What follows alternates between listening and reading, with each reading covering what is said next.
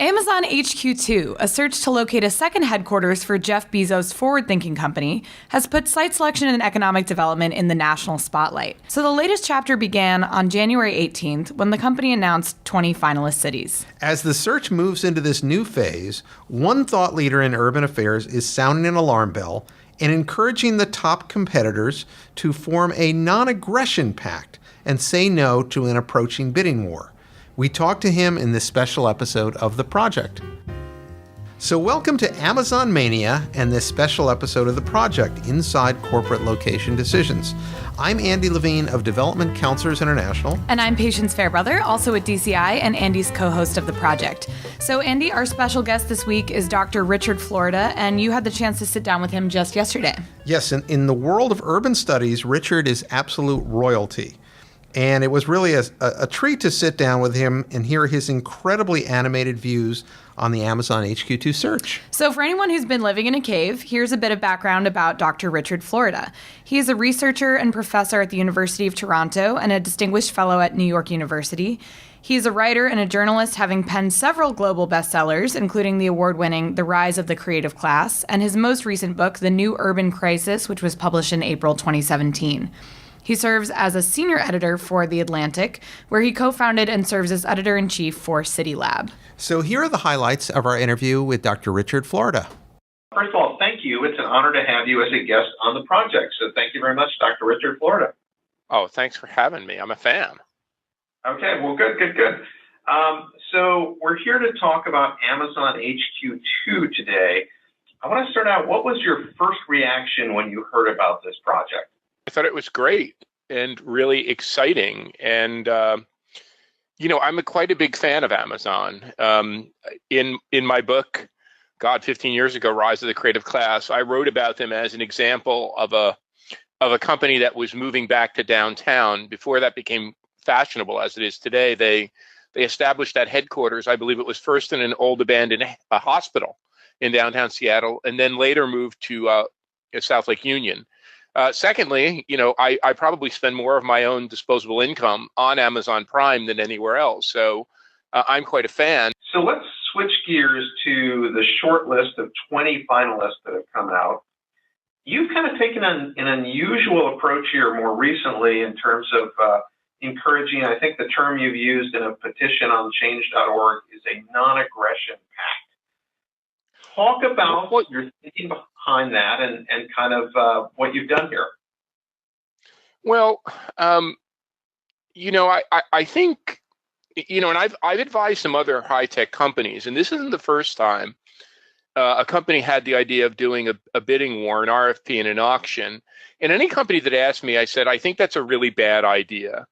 And the reason I think it's a bad idea is because most companies have a very good sense of where they want to end up. And if you look at the Amazon RFP, and I actually made it an assignment in my class. I teach master's students in a course on competitiveness in cities, MBA students. If you look at that, it's pretty obvious they want a relatively big metro that can absorb 50,000 jobs. They talk about a variety of sites, but really they want a site that's urban or close in suburban, connected by transit and is sufficiently large. They want a place that has great universities. They want a place that has a great global airport with direct flights to Washington, D.C. I mean, my students, I think, narrowed the list to 8 metros. And they're pretty bright MBA students, and they're not in the site selection business.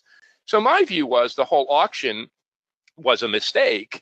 And then what really got me as a person who was born in Newark, New Jersey, when I saw the $5 billion bid from former Governor Chris Christie, and then when the 20 finalists came out, and my Lord, that's an odd list, by any part of the imagination. And then I saw Larry Hogan, the governor of Maryland, say, "Oh, well, I'll go for $5 billion." I just thought, whoa, this is insane. The amount of money these states and cities were throwing at Amazon. But here I'm looking at a list of the most so-called, I'm making air quotes for folks listening in, progressive mayors in the country. Bill de Blasio, A Tale of Two Cities, stemming inequality and developing affordable housing. Eric Garcetti, a mayor I admire greatly, who I hope dearly is going to run for president, who's all about upgrading and providing better jobs for low-income people. My dear friend Bill Peduto in Pittsburgh, a guy I've known for 20 years and who's about inclusive innovation. Rahm Emanuel, Muriel Bowser, Ros Baraka. I thought to myself, my Lord, these are mayors who are really concerned about inclusion and equity, and they're participating. Maybe not. Some of them are not opening up the till yet, but they are letting themselves participate in a bidding war. So I said to myself, if mayors rule the world, well, why can't mayors rule themselves? And why can't these mayors say, look, we want to have a fair and honest competition. We welcome Amazon with open arms. But two things. One, we're not going to pony up a bunch of tax incentives for what is arguably the most profitable company. In the last quarter, took home $20 billion in profits, one of those highly valued companies in the world and one of the world's richest men. And moreover, that's going to bring real cost of doing business to our community. It's going to drive up our housing prices. It's going to put pressure on our transport systems. It's going to put pressure on local companies and businesses and drive up their wages. Why won't we just engage Amazon as a good partner in good economic and urban development? So that was my thinking. Now, you put out this petition on change.org, I think about 4 days ago, something like that, Richard? Yes. What has the reaction been so far? I see that something like 1,000 people have signed the petition at this point, and there's some really well-known names on there. So my objective in all of this is not to throw a monkey wrench into this by any means, but simply to hit the reset button. Before the train, leaves the station, barreling down to ruin, before one of these cities or metros puts themselves in hock, before Amazon does tremendous brand damage to itself by having this competition, and I think Amazon should be smart about this and say, look, we want to go into a city that's going to love us. We already have had problems in Seattle. We already got the city council up in arms. We've already got local people angry at us. Why we're going to want to go into this city we don't want to go in and bankrupt them and put them, bend them over. We want to go in there with a great relationship. So my idea was hit the reset button. It's not like Amazon is hitting the reset button. Amazon is barreling down this path at breakneck speed. Where could there be a reset? And I'm not naive. All 20 of these jurisdictions are not going to stand up and say, hey, let's call a truce.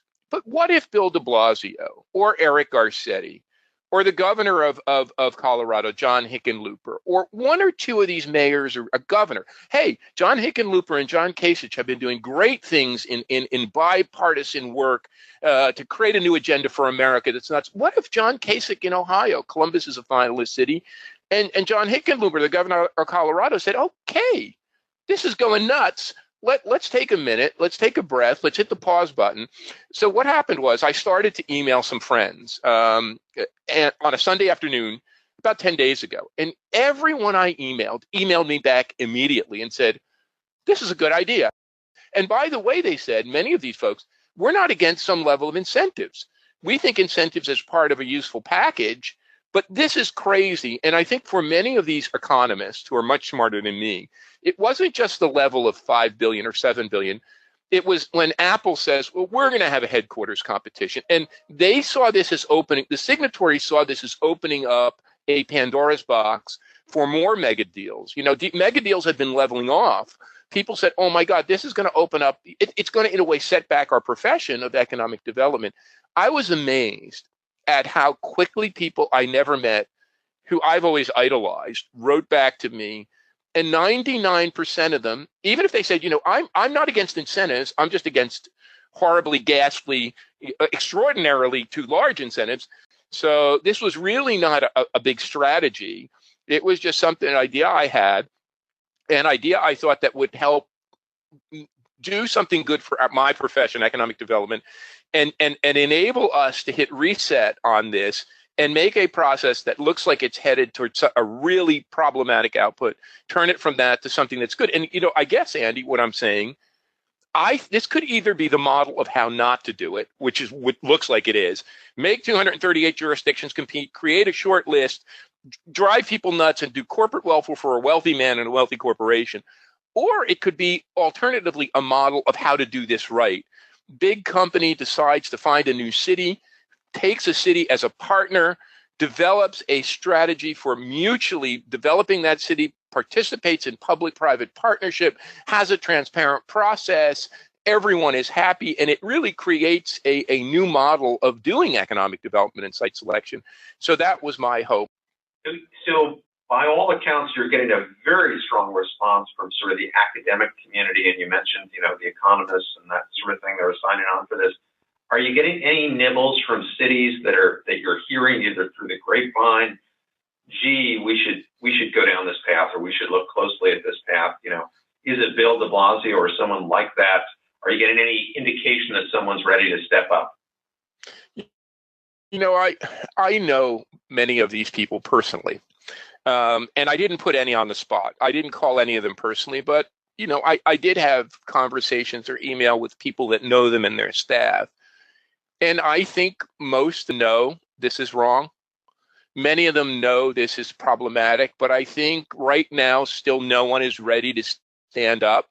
But I think that many of these places, and when Amazon said, we want non-disclosure agreements, the thing I read about Newark, which came out in the press earlier last week, that Amazon wants non-disclosure, they want no public conversation, that got me really scared, and I think it scared some of these mayors. I think they're now scared that if they stand up, Amazon will say, "The heck with your city." Let's just go down the path and say this doesn't work, and we don't hit the reset button on this. How does this end? Does this end with 5 or 3 cities just giving more? What do you think happens? So here's what I think without intervention when I look at the list. My 2 favorites, if I had to handicap this, are the Washington, D.C. area and the New York City area. Note that on that 20 short list, there are 3 candidate jurisdictions for Washington, D.C., and 2 from New York. And note as well that the person running this search from Amazon was a former economic development official in Montgomery County. The worst possible outcome is that this comes down to another short list of 3 to 5 jurisdictions with New York and Washington, D.C. and several others. That's pit metro against metro to extract a high list of incentives. And then when one or the other, let's say the Washington, D.C. metro is picked, where we know they have difficulty, they have difficulty between Maryland, Virginia, and the district in having even jurisdictional pacts, jurisdictional mutual non-aggression pacts before, then they pit Northern Maryland, the district, and Virginia against one another. Amazon ends up moving to Washington, D.C., where the Washington Post is, where Jeff Bezos has his mansion, taking from the taxpayers probably the largest haul of incentives in modern memory. There is an enormous outcry from the people of that jurisdiction that is not welcome, Amazon. The outcry is, what the hell did we do? And I can tell you this because, I've been part of the Google Sidewalk Labs thing in Toronto, and I think everyone thought Google would be welcome with open arms, and I think Google did it. The Sidewalk Labs did it the right way: community engagement, not a lot of incentives, partner in development. But even there's been a pretty vociferous backlash. So I think what you get then is Amazon moving to community that it's fiscally hamstrung, that it believes the bill of goods that the mayor and community leaders are telling it. But as it begins to locate there is a horrendous local backlash. And, Amazon looks like a villain. And I think at a time in our country when there is a very serious backlash against tech companies, where cities have already shown a backlash against Uber and Airbnb, companies I like and use, by the way, where Facebook is now getting hammered, where Google is being hammered, where Amazon could face an antitrust and monopoly challenge. I think it's in everybody's interest to do this the right way. I don't like it when, our innovative tech companies that really make our future and make us competitive and give America all these advantages, this is the first time in my life, banks look like the bad guys or big companies look like the bad guys. This is starting to look like the late 19th and early 20th century with the progressive trust busters. And I worry about that. I worry if these tech companies don't start to get their acts together, and instead of looking like a greedy, you know what I'm saying, a greedy big tech, they could look like, they should look like, they should be better urban citizens, better city builders, better economic and community developers.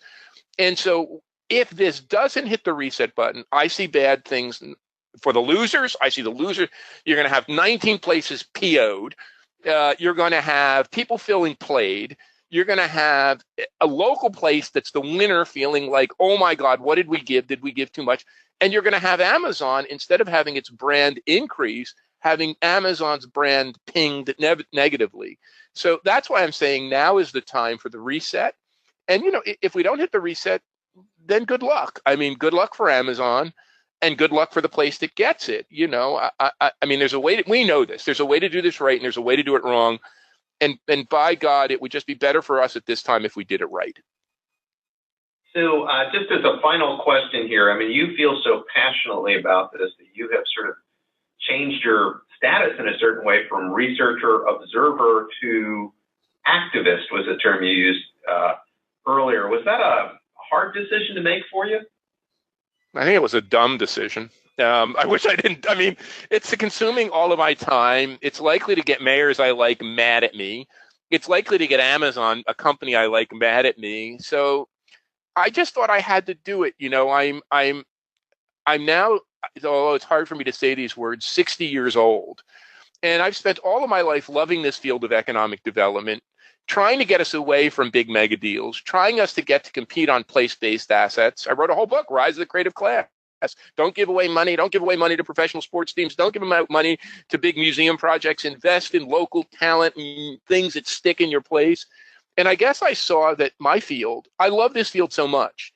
In medicine, we have clinical protocols. And I want to write a piece on economic development quackery. If a medical doctor did this, they'd be called a quack. They'd be just like, you're a quack. This is nuts. And in engineering, if you tried to build a bridge, they would say, no, it's crazy. I love my field so much that I thought, well, no one else is standing up. I have some level of seniorness. I'm making air quotes, folks. I don't take myself that seriously. I have some level of platform. Maybe I should do it. And I think what happened was the feeler emails I sent out came back so strong. People said, we really, think you should do this, admire you for doing it. No one else is going to do it.